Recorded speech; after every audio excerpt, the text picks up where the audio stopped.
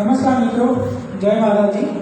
આજે આપણે ઓબીસી વર્ગીકરણ મોટું કરવું હોય તો મોટું છે, એના અંદર મોટા પ્રમાણમાં આખા ગુજરાતમાંથી તમે ઉપસ્થિત રહ્યા, એના માટે તમારો હૃદયપૂર્વક આભાર માનું છું।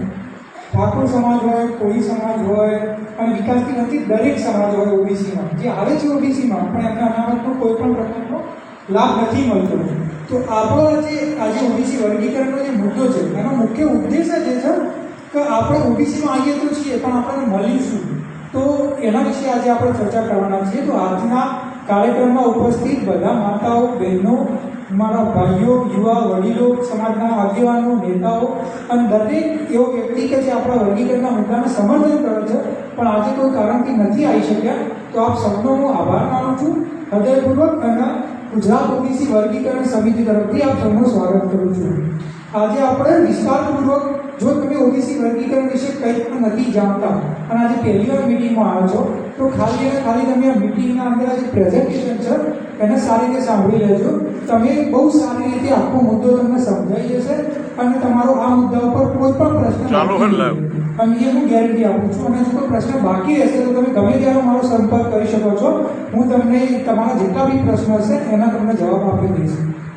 તો અહીંયાના જેટલા બી લોકો ઉપસ્થિત છે કે જે બી લોકો આપણા મુદ્દાને સમર્થન કરે છે, તો એ ગમે તે વિસ્તારના હોય, એ ગમે તે જ્ઞાતિના હોય, એ ગમે તે વિચારધારા સાથે સંકળાયેલા હોય, કે ગમે તે પાર્ટીને મત આપતા હોય, એ દરેક વ્યક્તિનો પોતાનો અધિકાર છે, એનો પોતાનો હક છે તે કરી શકવાનો, બરોબર કે નહીં? પણ જ્યારે આપણે આજે અહીંયા ઊભા છીએ વર્ગીકરણ માટે, તો આપણે એ વસ્તુનું ધ્યાન આપવાનું છે કે આ આપણે કેમ આજે આવ્યા છીએ? તો આપણે એટલા માટે આવ્યા છીએ કે આપણું પોતાનું, બીજાનું પછી પોતાનો વિકાસ થાય, પોતાને સારું શિક્ષણ, રોજગાર મળશે, તમારા પરિવાર હોય કે પછી આપણા સગા સંબંધી હોય, આપણો સમાજ હોય, અને આપણે બધાને એક સારું જીવન જીવી શકીએ। આપણે અહીંયા આજે એટલા માટે કારણ કે આજે સામાજિક, શૈક્ષણિક અને આર્થિક રીતે એટલા માટે ઓફિસે નાના ફોન આવ્યો કે માનીએ કે ના માનીએ એ વસ્તુ વાસ્તવિકતા છે। તો એને દૂર કરવા માટે આપણે ઓબીસી વર્ગીકરણ કરવાનું છે અને ઓબીસી વર્ગીકરણ આપણા સામાજિક, શૈક્ષણિક અને આર્થિક ઉત્થાન માટે એક તમે કહી શકો કે એના જેવો રામબાણ ઉપાય કોઈ નહીં, અને એ વસ્તુ હું આજે તમારી સમક્ષ રજૂ કરી। એક બીજી વસ્તુ કહી દઉં, શક્ય હોય છે કે અહીંયા આગળ 4 વ્યક્તિઓ લાઈનમાં બેઠા હોય, એક વ્યક્તિ હોય કે જે કોંગ્રેસનો સમર્થક હોય, એક બીજેપીનો હોય, એક આમ આદમી પાર્ટીનો હોય, અને ચોથો એવું હોય કે મારે પોલિટિક્સ સાથે કંઈ લેવા દેવા નહીં, ઓકે?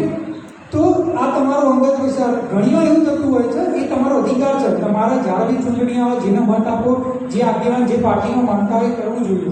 પણ વાત એ છે કે ઘણીવાર આપણે એકબીજાના અંદર જેટલા વિવાદ ઊભા કરી દેતા હોય છે, એકચ્યુઅલીમાં તમે જે પાર્ટી સાથે જોડાયેલા છો એમના નેતાઓ એટલા એકબીજાના વિરોધમાં નેતા જેટલી વાર આપણે ઘણીવાર હોતા હોઈએ છીએ।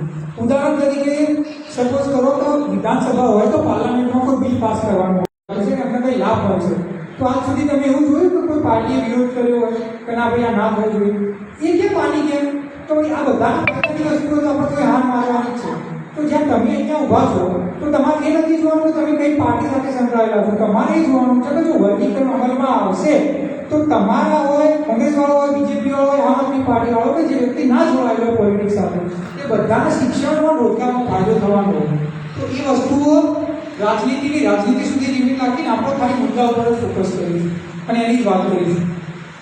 જેમ કે તમે જાણો છો કે એક શિક્ષિત સમાજ એ પ્રગતિ और विकास के लिए होता है, આપણે બધા જાણીએ છીએ, પણ એ શિક્ષા અને રોજગાર મેળવવા માટે ઓબીસી વર્ગીકરણનો શું રોલ હશે એ હું આજે તમારી સમક્ષ આજે રજૂ કરવા માટે હાજર થયો છું। અત્યારે હાલની તારીખમાં આ ઓબીસીને લઈને બહુ બધી ગેરસમજો આપણા સમાજમાં છે, તો એ ગેરસમજ એક પછી એક આપણે દૂર કરીશું। એક તો ઘણા લોકો એવું કહેતા હોય છે કે ઓબીસી વર્ગીકરણ કરવું તો પછી જાતિ આધારિત વસ્તી ગણતરી કરી, અનામતમાં વધારો કરવો અને ઠાકોર સમાજને અલગ અનામત આપવી। તો હું આજે તમને વાસ્તવિકતા કહીશ, બોલવામાં તો કહી દેવું જોઈએ કે ભાઈ અલગ અનામત મળી જોવી જોઈએ, વસ્તી આટલી અનામત આપી દો, પણ બોલવામાં તો બોલી શકો, પણ સાચી અસરમાં એ થઈ શકે છે કે નહીં આપણે એ બી જોવાનું હોય ને। આપણો સમાજ આજે ભૂખ્યો છે રોજગાર માટે, શિક્ષણ માટે, અને તમે એવા સપના બતાવો કે હું તમને આજે પ્રેક્ટિકલ વસ્તુ બતાવું જો આપણે એને ફોલો કરીએ તો 6 મહિનામાં એ વસ્તુ શક્ય છે। અને આજે તમારા દરેક પ્રશ્નોનું હું સમાધાન આપી દઈશ। વસ્તી ગણતરી કરી અને અનામતમાં વધારો કરવો, યા તો અલગ અનામત આપી ઠાકોર સમાજના, એ અનામત દેખાય છે ને એ વસ્તુ સારું છે ને? તો એટલા બધા તમે તારક શક્ય મહેતાનું નહીં. બોર્ડ બે એ વસ્તુ આવું તમને કોઈ કહેશે આ રીતે કરો, આ રીતે કરો, વસ્તી ગણતરી કરાવી દો, બોર્ડમાં પડતું અલગ રહે, અલગ જો. માંગણી કરો, પણ શક્ય જ નહીં. એનું કારણ એવડો એ છે કે ના કે આવતો રહે, આનો ટેકો હોય છે, કોઈ નડે નહીં. કોઈ પર્ટિક્યુલર જ્ઞાતિને અલગ અનામતનો કોઈ કાયદો, કોઈ જોગવાઈ છે જ નહીં.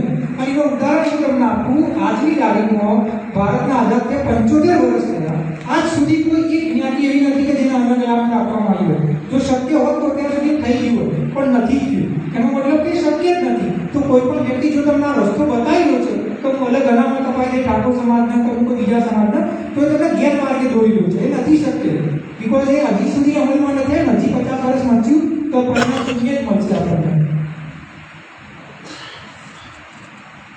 આપણે એ જ વાત કરી કે આપણે સાચા માર્ગે પર આગળ વધવાનું છે. માટે સૌથી સટીક, અસરકારક અને સાચો રસ્તો કે જે આપણને 6 મહિનાથી ઓછા સમયમાં પરિણામ આપે, આપણે એના માટે ઓબીસી વર્ગીકરણ વિશે આજે વાત કરીશું. તો ઓબીસી વર્ગીકરણની વાત કરીએ તો 1992ના અંદર માનનીય સુપ્રીમ કોર્ટ એમને એવું કહ્યું હતું કે 27% તમે અનામત ઓબીસીને આપી દીધી. ગુજરાતના અંદર 146 જ્ઞાતિઓ છે, બરોબર. હવે વાત એવી છે કે બધી જ્ઞાતિઓ સરખી ના હોય. ઘણી એવી જ્ઞાતિઓ ઓબીસીમાં છે કે જે સામાજિક, શૈક્ષણિક, આર્થિક રીતે ખૂબ સમૃદ્ધ છે. એમના ઘેર તમને 280% અધિકારીઓ જોવા મળશે. એમના જે હશે એના 200-300 કરોડના ભવનો બનાવવા માટે સક્ષમ હશે કે જે બનાવવા જઈ રહ્યા છે, બરોબર. એમના જોડે 1-2 પેઢીઓ એવી છે કે જે સારામાં સારી જગ્યાએ નોકરી કરી હશે, બરોબર. અને બીજી બાજુ એવી જ્ઞાતિઓ છે જેમ કે ઠાકોર સમાજ હોય, કોળી સમાજ હોય, બીજા જેટલા પણ વિચારતી સમાજ હોય, એ બીજા તૈયારી કરવામાં આવતા એમના જોડે માર્ગદર્શન ના હોય. એમના જોડે આર્થિક પરિસ્થિતિ એટલી ના હોય કે એને તૈયારી કરી શકે. તો એમને એમ કહ્યું કે આવી રીતે તો તમે અનામત 100 વર્ષ આપી દેશો તો કોઈ ફાયદો જ નહીં જવાનો. જે સક્ષમ જ્ઞાતિઓ છે એ બધો લાભ લઈ જવાની. તો તમે અનામતનું વર્ગીકરણ કરો. મતલબ એ કે તમે જો 27% અનામત છે તો એના અંદર જે વિકસિત જાતિઓ છે કે જેમને છેલ્લા 30 વર્ષના અંદર ખોબલે અનામતનો લાભ લીધો, આજે 200% અધિકારીઓ એમના ઘેર છે, તો એક કામ કરો, જો એમની આજની તારીખમાં ગુજરાતમાં 146 જ્ઞાતિઓ ઓબીસીમાં છે, પણ ખાલી અને ખાલી 20 જ્ઞાતિઓ છે. આપણે બધા એમના નામ જાણીએ છીએ, પણ આપણે કોઈ જ્ઞાતિનો વિરોધમાં નથી એટલે આપણે કોઈના નામ નથી લઈએ. એ 20 જ્ઞાતિઓની સંખ્યા 20% નથી, ઓબીસીની સંખ્યાના 20% પણ નથી, પણ 80% અનામતનો લાભ લે. કોઈ પણ પરીક્ષાનું પરિણામ આવે તમને એ લોકો જે આગળ જોવા મળશે, બરોબર. અને બીજી બાજુ જે 80% જ્ઞાતિઓ છે એમને કોઈ પ્રકારનું રિપ્રેઝન્ટેશન નથી મળતું. તો સરકારે એ જ કહ્યું તો વર્ગીકરણ કરો તો ભાઈ આ 20 જ્ઞાતિઓ જે મૃત છે એમને તમે 27માંથી 20%, 5થી 6% અલગ આપી દો. આજની તારીખમાં એના 27માંથી 25% લઈ રહ્યા છે.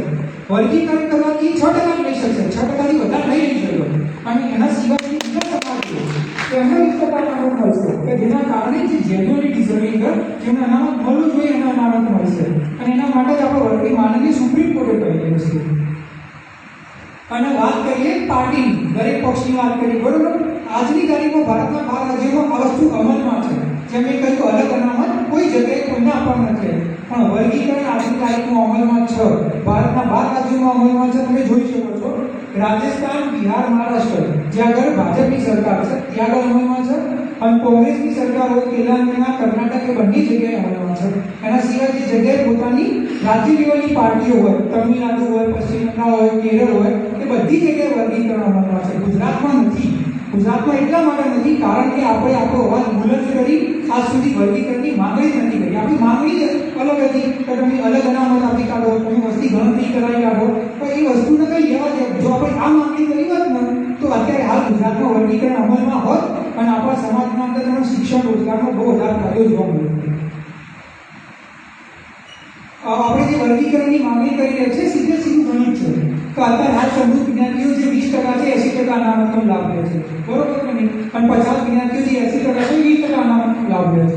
અને જે 100 જગ્યા હોય 70% ઓબીસીને આપવામાં છે, એમાંથી આ રીતે એના લાભ લઈ જાય છે. વર્ગીકરણ થયા પછી શું થશે એ તમને બતાવો. હવે ઘણા લોકો આપણે આજ સુધી વિકાસ નથી થઈ શક્યા એના અનેક કારણો. એક તો આપણે ખોટી માંગણી કરી રહ્યા છે, અલગ અનામતની માંગણી. પણ એક બીજું મુખ્ય કારણ શું હોય, આપણે કોઈ પણ સમાજના કોઈ પણ મતલબ પાર્ટી જોડે જોડાયેલા આગેવાનો હોય તો કંઈ પણ મીટિંગ હોય તો એના જ્યારે કંઈ સ્પીચ આપો, ભાષણ આપો તો એના શું કહે કે તમારામાં રોજગાર નથી, શિક્ષા નથી, વ્યસન છે, જેના કારણે તમે આગળ નથી આવી શકતા, બીજા સમાજના લોકો બહુ મહેનત કરે છે, બહુ પ્રગતિ કરે છે, તમને આ કહે છે. એના એક જ વસ્તુ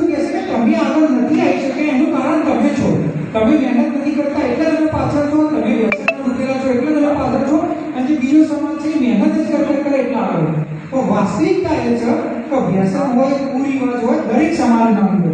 એવું નહીં કે આપણા સમાજે ટેકો લીધેલો, દરેક સમાજના અંદર જોવા મળે. પણ એ સમાજના લોકો પાસ થઈ જાય છે, નોકરી કરે, આપણા સમાજના લોકો પાસ નથી થઈ શકતા. એનું કારણ એ છે કે સમૃદ્ધિ જોવે છે ને ફોન કર્યો એને ઇન્ડિયા કોણ વ્યક્તિ બેઠું હોય તો નક્કી નહીં, પણ એનો ફોન આના ઉપર આવ્યો. મહિનો લાઈવ રાખો ચાલુ સામાજિક શૈક્ષણિક રીતે પછાત હતી. બરોબર કે નહીં? લાઈવ ચાલુ જ છે અત્યારે. ચાલુ જ રાખવાનું. ફોન ના આવ્યો ઓફિસે અમે ચાલુ જ છે. કેમ? અમે ઓબીસીમાં આવી છે એટલે અમને શું કર્યું કે પણ એ તમે સમજ્યા નહીં. લાઈવ ચાલુ હોય પણ મારામાં એટલું કરી નાખો તો સરકાર ઉપર દબાણ બનાવ્યું. આરામ થાય ને તો થાય ને. આ તો તમારી આઈડી ઉપર છે ને. એનું જ પરિણામ આવ્યું કે 1994 ના અંદર જે શું કહું?